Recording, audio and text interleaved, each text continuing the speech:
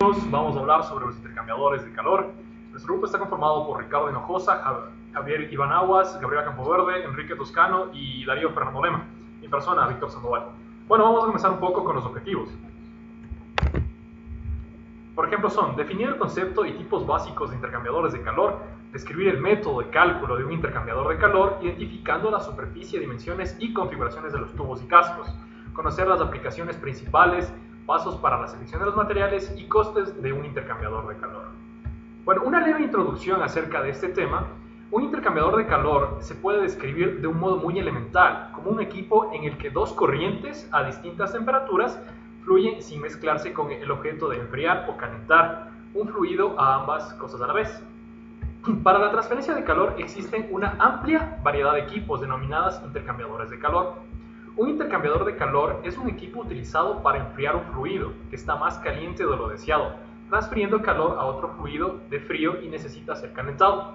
La transferencia de calor se realiza a través de una pared metálica o de un tubo que separa los fluidos. Contacto. Son parte esencial para los dispositivos de refrigeración, acondicionamiento de aire, producción de energía y procesamiento químico.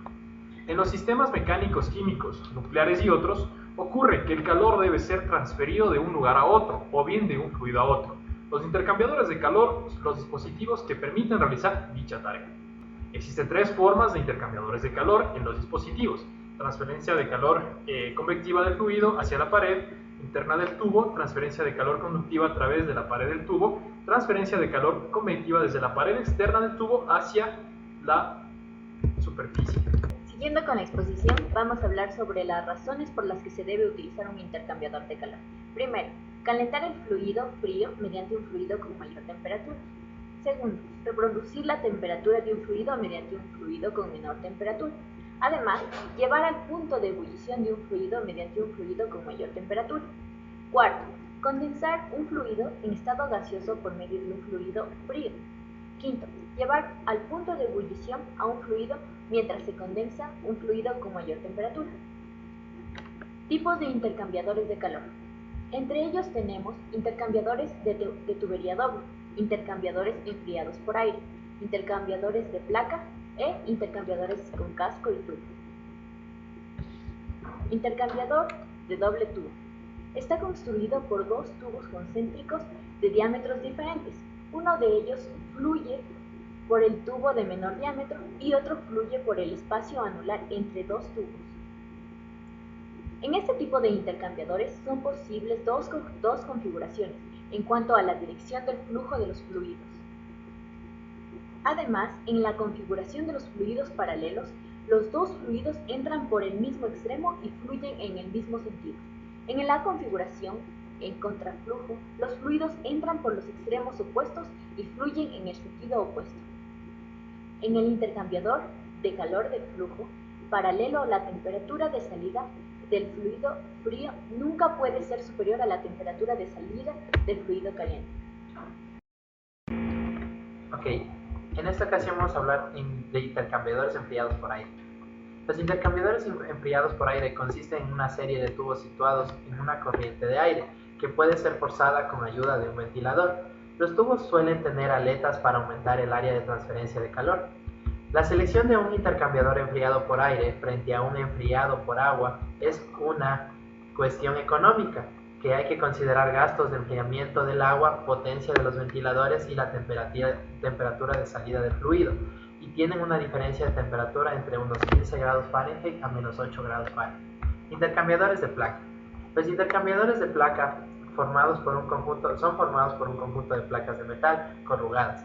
Pueden ser de acero inoxidable, de titanio, etc., contenidas en un bastidor. Pueden ser de diferentes tipos: intercambiadores de tipo placa y armazón similares a un filtro freno, intercambiadores de aleta o placa con soldadura.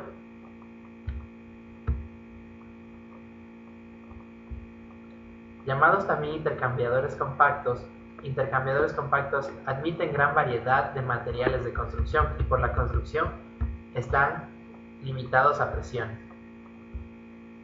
Intercambiadores de casco y tubo. Consisten en una estructura de tubos pequeños colocados en el interior de un casco de mayor diámetro. Constituyen la parte más importante de los equipos de transferencia de calor sin combustión, en las plantas de procesos químicos. Son los intercambiadores más utilizados en la industria química con las consideraciones de diseño mejor definidas. Siguiendo con el tema, vamos a empezar a hablar acerca de los parámetros para el diseño de estos intercambiadores de calor. Primero, debemos comprobar el balance de energía.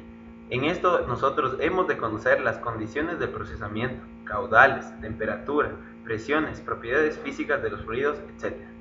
Por segundo, debemos asignar las corrientes al tubo y casco.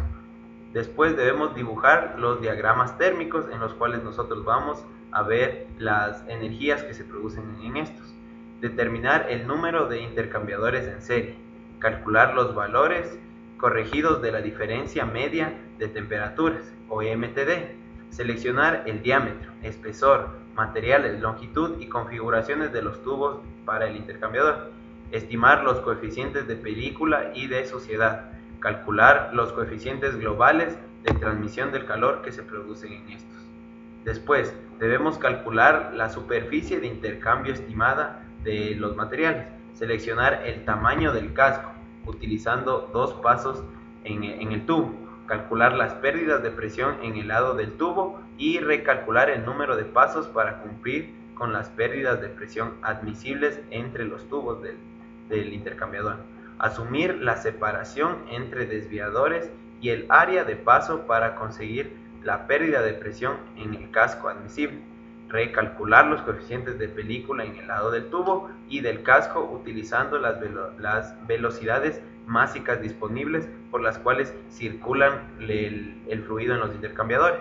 Recalcular los coeficientes globales de transmisión del calor y comprobar si tenemos suficiente superficie de intercambio de energía térmica.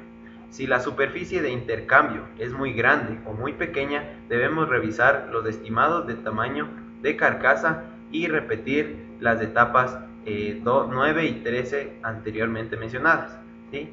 Que significan recalcular los coeficientes de temperatura o los coeficientes de disipación de energía entre el intercambiador. Bueno, ahora vamos a hablar acerca del material de construcción. El más común en los intercambiadores es el acero al carbón. Otros materiales en orden de utilización son el acero inoxidable del acero 100, níquel, monel, aleaciones de cobre como latón, aluminio, acero inoxidable. Ya. Bueno, estos materiales a utilizar se seleccionan por su resistencia a la corrosión. Se utilizan tubos bimetálicos cuando las condiciones de temperatura y requisitos de corrosión no permiten la utilización de una aleación simple. Consisten en 2 materiales laminados juntos. Hay que tener cuidado con la acción galvánica. También se encuentran intercambiadores de construcción no metálica, como son los tubos de vidrio, en casco de vidrio o acero. También se encuentran intercambiadores de calor de grafito y de teflón. Bueno, a continuación vamos a explicar acerca de las aplicaciones de los intercambiadores de calor. Tenemos un intercambiador de calor, el condensador, el enfriador, el calentador y el vaporizador. Bueno, en caso del intercambiador de calor realiza la función doble de calentar y enfriar 2 fluidos. Un condensador condensa un vapor o mezcla de vapores. En el caso del enfriador, enfría un fluido por medio de agua. Por otro lado tenemos el calentador, que aplica un calor sensible a un fluido. Y por último, el vaporizador, un calentador que vaporiza parte del líquido. A continuación mi compañero les va a detallar las aplicaciones en diferentes ámbitos de la industria. Mencionamos otras aplicaciones, como en la industria marítima. Los intercambiadores a placas son utilizados como enfriadores de aceite, enfriadores de agua, de refrigeración de los motores, generadores de agua potable.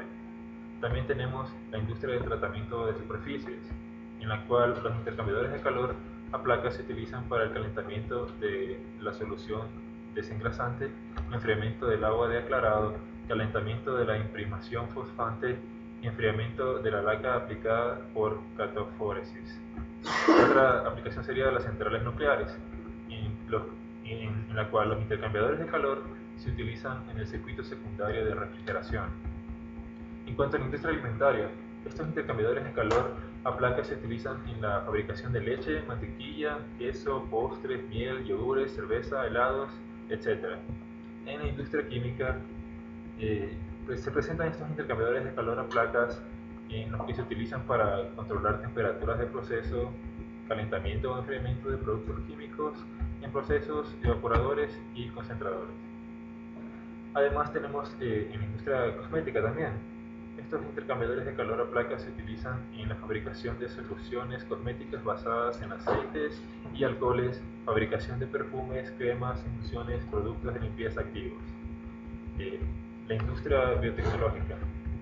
Las juntas para intercambiadores de calor de placas pueden aplicarse a equipos higiénicos biotecnológicos relacionados con la industria farmacéutica, alimentaria o médica.